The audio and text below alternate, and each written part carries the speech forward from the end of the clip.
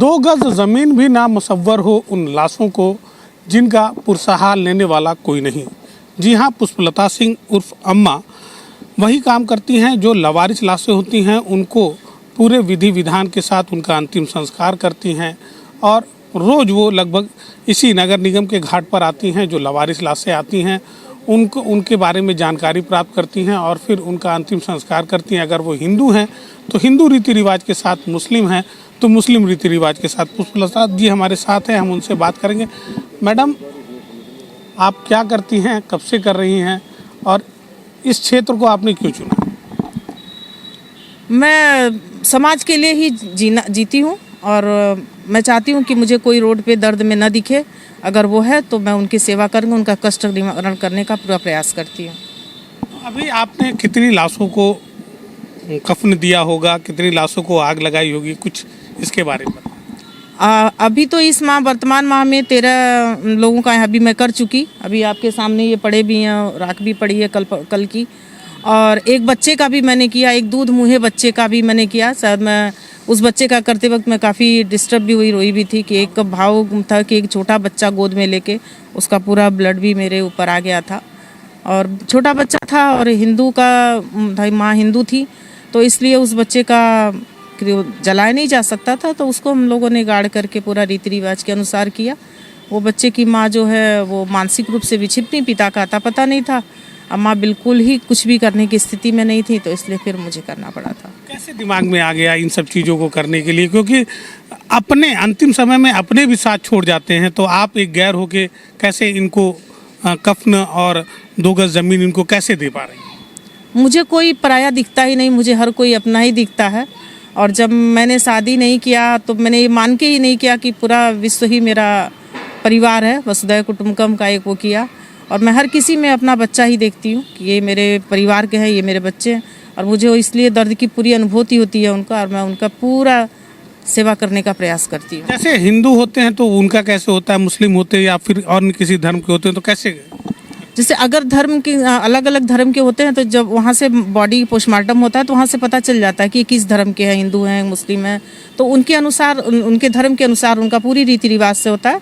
अगर मुस्लिम है तो उनका जो अर्जुमन संस्था है उनको सुपुर्द की जाती है। अभी परसों भी उनको 2 बॉडी सुपुर्द किया गया, हम लोगों ने किया है। और बाकी 3 बॉडी मैंने यहाँ पे ला करके, हिंदू थे वो तो तीनों लोग का ला के मैंने यहाँ पूरा हिंदू रीति रिवाज के साथ अंतिम संस्कार किया है। अभी ये जो संस्था आपकी जो काम कर रही है ये आगे कैसे काम करेगी, क्योंकि इसमें कुछ आर्थिक ज़रूरतें भी पड़ती होंगी, लोगों की भी ज़रूरतें पड़ती होंगी, तो कैसे फिर इसको और कैसे विस्तार करेंगी, क्या कहना चाहेंगी समाज से? पहले तो मैं सबसे ये कहना चाहूँगी कि मुझे इस तरह से कोई ना मिले तो सबसे अच्छी बात है कि कोई इस तरह से कोई अपने माँ बाप को, अपने घर में अगर कोई मानसिक रूप से विक्षिप्त है, दिव्यांग है, तो उनको ना छोड़े, रखे, एक बच्चे की तरह उनकी सेवा करे। अगर वो नहीं कर पा रहा है तो जीते जी मुझे कॉल कर ले, रोड पे छोड़ने की बजाय मुझे सुपुर्द कर दे, मैं ले आऊँगी, अपने पास रखूँगी, उनका खाना पीना कपड़ा सब कुछ मैं दूँगी।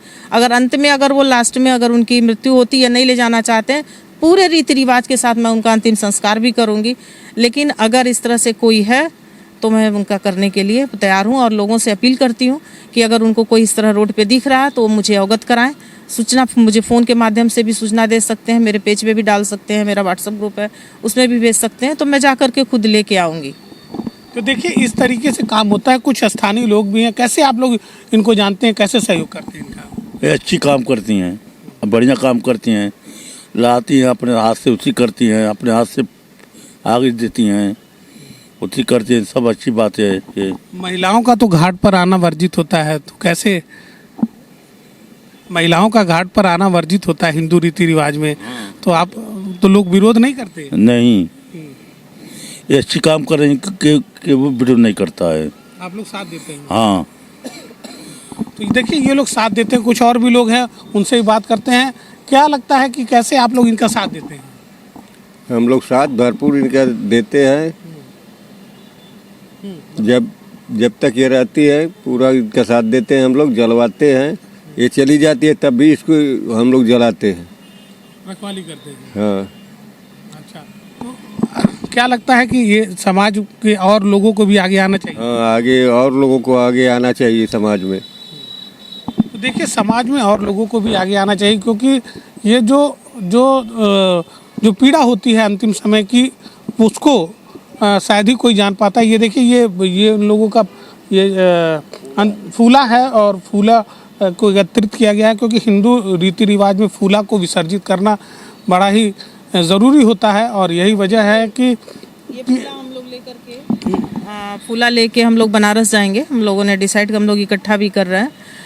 हर माह पहले हम लोगों ने सोचा था करेंगे, लेकिन फिर ये हुआ कि नहीं रखा जाए, मे भी कि किसी के परिजन का पता चल जाए। जैसे कल 100 के परिजन का पता चल गया, अभी अंतिम संस्कार नहीं हो पाया था तो उनको सुपुर्द कर दिया गया। बनारस के थे, वो लोग आके ले गए।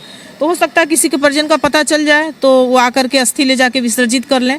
अगर नहीं चल पाता है तो हम लोग साल का एक दिन हम लोग डिसाइड करेंगे कोई, और उसमें उनका हम लोग बनारस जाएंगे। बनारस जाके पूरा रीति रिवाज से उनका फूला संगम में अपना विसर्जन करेंगे। उसके बाद उनके नाम पे हम लोग यहाँ पे कुछ पूजा पाठ और भोज भी कराएंगे। तो देखिए ये पूरी प्रक्रिया है। जो संस्था है वो संस्था लगातार इस तरीके से लावारिस लाशों को कफन देने का काम कर रही है, और यही वजह है कि समाज में जो बढ़ती विकृतियां हैं, कहीं ना कहीं इस तरीके के लोग समाज को सुधारने के लिए आगे आ रहे हैं। एफिडेविट के लिए अपने सहयोगी पंकज के साथ मैं निखिलेश प्रताप सिंह।